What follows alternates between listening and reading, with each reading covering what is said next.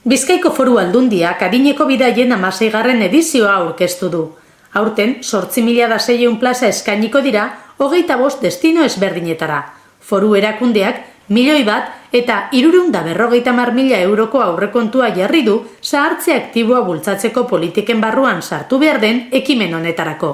Aurtengo berrikuntza nagusia hurbil-hurbileko destino bat sartu dela da, Bizkaia.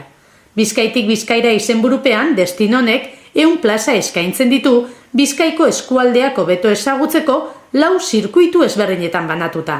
Osasuna eta gastronomia, tradizioak eta ogibideak Bizkaia naturalean, itsasoko kultura eta Bilbo Bizkaiko onena. Gizarte ekintzako foru diputatuak honelaxe definitu du Bizkaitik Bizkaira programa.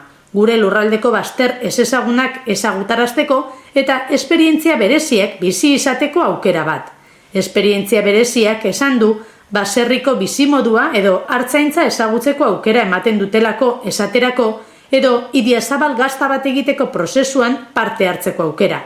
Halaber, zirkuitu horien bidez, Bizkaiko sektore turistikoa indartu nahi da. Eskabideak aurkezteko epea martxoaren 21 hasi eta apirilaren 3 amaituko da.